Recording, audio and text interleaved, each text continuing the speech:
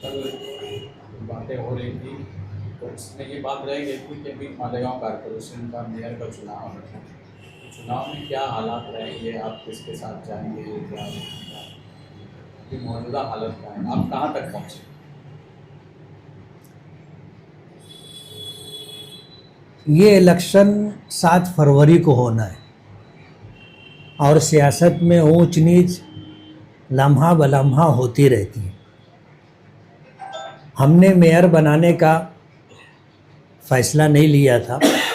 वजह उसकी ये है कि हमारे पास चुन कर आने वालों में ऐसी कोई खातून नहीं है जो मेयर के ओहदे पर विराजमान हो सके। मेयर का गेम लंबा गेम होता है, मेयर के गेम में ख़र्चा भी बहुत ज़्यादा होता है और सबसे बड़ी बात यह है कि इतना बड़ा ओहदा जिससे पूरे शहर को साफ़ सफाई के उन्वान से, मूलभूत सुविधा यानी बुनियादी ज़रूरियात के उन्वान से, इलाज व मुआवजा है, तालीम है, लाइट है, पानी है, दीगर ज़रूरियात हैं, इन तमाम चीज़ों को सही तरीके से अंजाम दे सके, हमारे पास ऐसी कोई तजर्बेकार खातून नहीं। तो हमने पहले दिन से इस मामले में अपने आप को पीछे रख लिया था कि भाई जिनको मेयर बनाना हो मेयर बनाए। हुआ यह था कि मैंडेट तो पब्लिक ने हमको दिया था 1,17,000, यानी मालेगांव में जितनी सियासी पार्टियों ने इलेक्शन लड़ा सबसे ज़्यादा वोट हमको मिले। लेकिन ये इत्तेफाक की बात है कि हमारी सीटें कम आई, इसलिए जब भी हमने फैसला ले लिया था कि हमको मेयर के चुनाव में कूदना नहीं है, जिनको मेयर बनाना होगा मेयर बनाए, हालात जिस तरह के सामने होंगे उसके मुताबिक हम लोग आगे चलेंगे। मेयर का उम्मीदवार आपके पास नहीं है तो क्या आप किसी और उम्मीदवार को सपोर्ट कर सकते हैं, जैसे शिवसेना हो, इस्लाम पार्टी हो या दूसरी को? हम ऑल इंडिया मजलिस इत्तेहादुल मुस्लिमीन के प्लेटफॉर्म से चुन करके आए हैं। ऑल इंडिया मजलिस इत्तेहादुल मुस्लिमीन ने शहर के हालात को देखते हुए ये हुक्म जारी किया कि हमें इस्लाम पार्टी को सपोर्ट करना है। इस बात के सामने आ जाने के बाद सामने से मुतालबा होने लगा कि हमें मालेगांव की आवाम ने मैंडेट दिया है और हमारी 35 सीटें आई हैं, इसलिए मुफ्ती इस्माइल और एजाज़ बेग को हमें सपोर्ट करना चाहिए। और पूरे शहर को पता है, आपके ज़रिए से हमने ये पैगाम दिया था कि हम शहर की तामीर व तरक्की और फ़िरका परस्ती के ख़िलाफ़ आपको सपोर्ट करने के लिए तैयार हैं। आप सिर्फ मीडिया तक ही बात ना करें, आप आ कर के बैठें और बैठ कर के बात करें। तो वो आए थे, उनकी तरफ से 7 लोग आए थे, बातचीत हुई थी और हमने कहा था कि हम अपने पार्टी के वरिष्ठ और इसी तरह पार्लियामेंट्री बोर्ड और 21 कारपोरेटर जो हमारे चुन करके आए हैं, हम उनसे मशवरा करके आपको जवाब देंगे। अब जाहिर बात है मेयर का चुनाव अब 7 फरवरी को होगा और जिस वक्त ये बात हुई थी उस वक्त तारीख का ऐलान भी नहीं हुआ था। उनकी तरफ से ये तकाजा होने लगा कि बस शाम तक हमको जवाब दो, जबकि वो लोग ज़ोहर के बाद आए थे। शाम तक जवाब दो, 8 बज गया जवाब नहीं आया, 9 बज गया जवाब नहीं आया, 11 बज गया जवाब नहीं आया। इस तरह की बात सोशल मीडिया के ज़रिए शहर में वो चलाने लगे और उसके बाद इस्लाम पार्टी की तरफ से ये बयान आया कि हमें बिना किसी शर्त के सपोर्ट करो। जाहिर बात है हम तामीर व तरक्की और फ़िरका परस्ती के उन्वान पर आपको सपोर्ट कर रहे हैं, ये शर्त तो तुमने डाली है, तो इस सिलसिले में आप शहर में क्या तामीर व तरक्की करेंगे और हमारे 21 कारपोरेटर जिन वार्डों से चुन करके आए हैं उन वार्डों में तामीर व तरक्की का क्या काम करेंगे, ये तो आपको बैठ के तय करना पड़ेगा ना। आप अगर बोलोगे बिना शर्त हमको सपोर्ट करो तो जाहिर बात है हम बंधुआ मजदूर नहीं है, इलेक्शन लड़ा है, रात दिन मेहनत की है, लाखों रुपया खर्च किया गया है, उसके बाद आप बोलोगे बिना शर्त हमको सपोर्ट करो, तो ये बात किसी सूरत में भी मुनासिब नहीं। ऐसे हालात हैं, हम पार्टी के आदेश के पाबंद हैं, लेकिन आप अगर हमें अपमानित करोगे, जलील करोगे और इस तरह के हालात पैदा करोगे कि हम इमोशनल हो करके आपको बोल दो कि हम तुमको सपोर्ट नहीं करेंगे, तो तुम जा करके फ़िरका परस्तों के साथ बैठ जाओ और हमें ये इल्ज़ाम दो कि हमने तो इनको सपोर्ट के लिए कहा था, ये सपोर्ट करने के लिए नहीं बोल दिए, तो हम क्या करते। हमने फिर फ़िरका परस्तों के साथ मिल करके कारपोरेशन में सत्ता बना ली। उनकी प्लानिंग ऐसी महसूस होती है, इसलिए हमने भी जो है इस सिलसिले के अंदर पार्टी के ज़िम्मेदारों से बात की, लेकिन पार्टी के ज़िम्मेदारों का यही कहना है कि फ़िरका परस्तों के साथ नहीं जाना है और इस शहर की तामीर और तरक्की के लिए आप इस्लाम पार्टी को सपोर्ट करें। अभी लोगों के बयानात आएंगे, जाहिर बात है आनन फानन मेयर का चुनाव होना नहीं, 7 फरवरी को चुनाव होगा। आज मेरे ख़्याल से 29 तारीख़ है।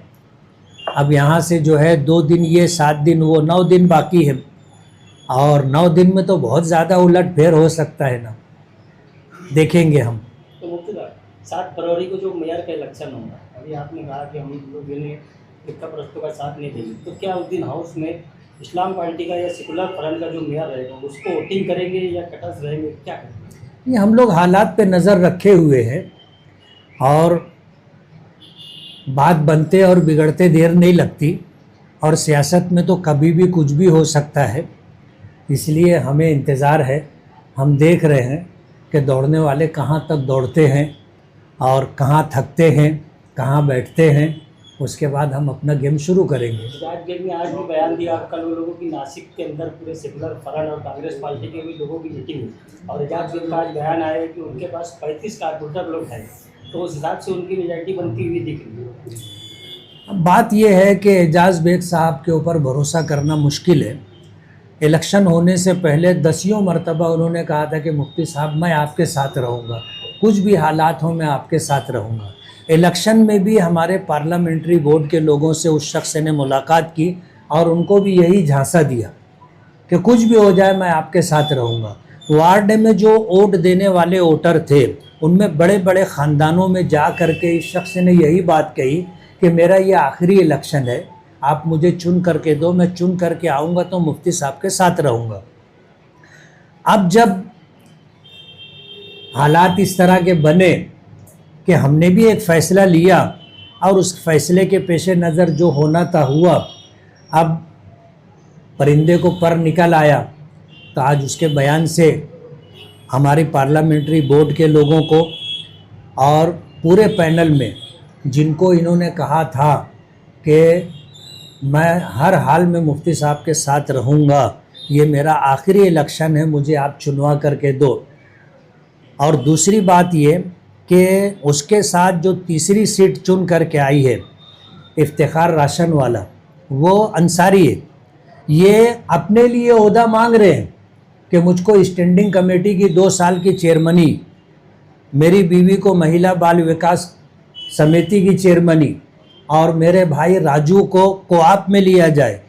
तो उस अंसारी गरीब राशन की दुकान चलाने वाले ने क्या गुनाह किया था? आपने उसके लिए कोई बात नहीं की, उसको कोई ओहदा नहीं देना चाहते। ये मैसेज पूरे वार्ड में, पूरे शहर में जाएगा कि एजाज बेग की कहनी क्या है और करनी क्या है।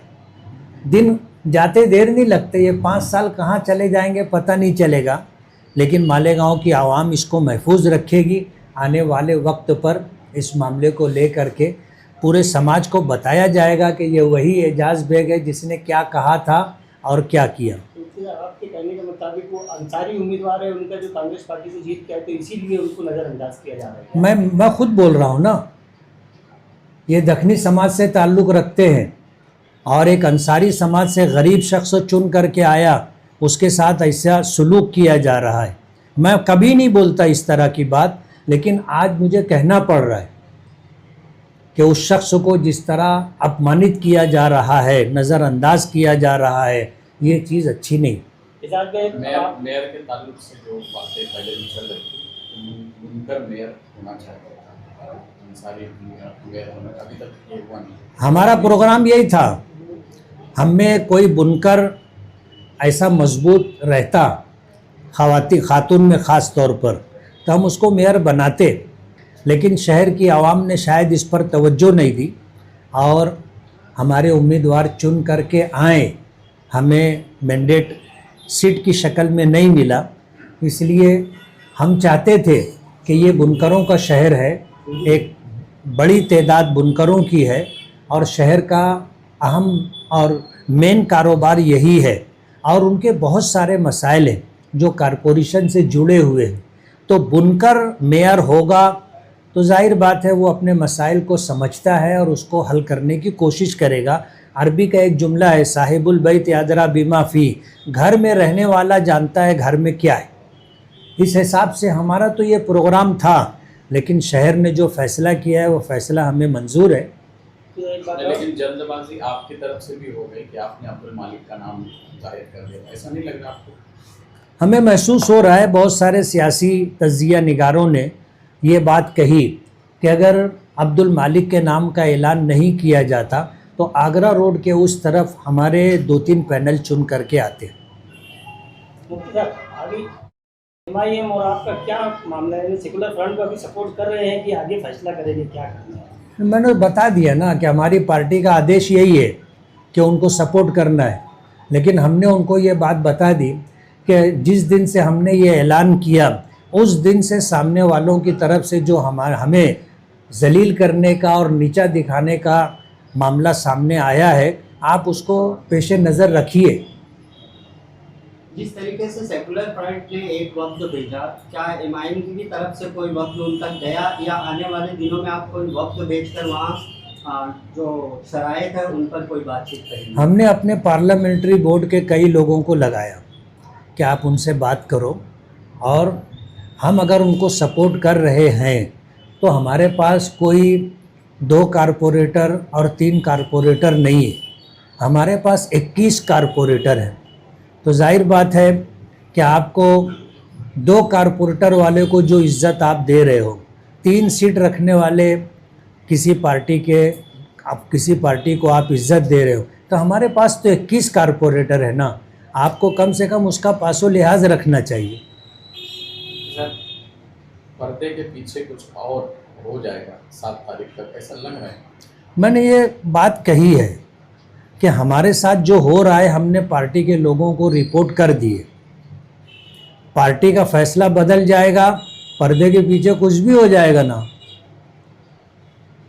तुबा कॉस्मेटिक कंप्लीट स्किन सॉल्यूशन आपके लिए लाया है धूप से बचाने वाली डे क्रीम, सौले चेहरे को गोरा करने वाली नाइट क्रीम, फुंसियों के लिए TC skin cleaner and serum, सर्दी में जिल्दों को ताजा रखने वाला मॉइस्चराइजर, 7 दिनों में गोरा करने वाली क्रीम, आंखों के नीचे कालापन को दूर करने वाला TC डार्क वे सीरम, हाथ और गर्दन का कालापन दूर करने वाला साबुन। हमारा पता याद रखें, कुसुम्बा रोड, औलिया मस्जिद के सामने, तुबा कॉस्मेटिक कंप्लीट स्किन सॉल्यूशन।